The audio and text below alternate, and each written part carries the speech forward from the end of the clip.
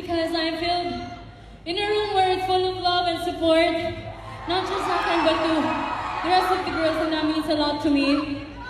Well, I just performed Woman, and to be honest, listen ka ba? Mahimog babae, oy! Not to validate all men and other people in the spectrum, but di lali mahimog babae. And also, speaking of Woman, another reason, so the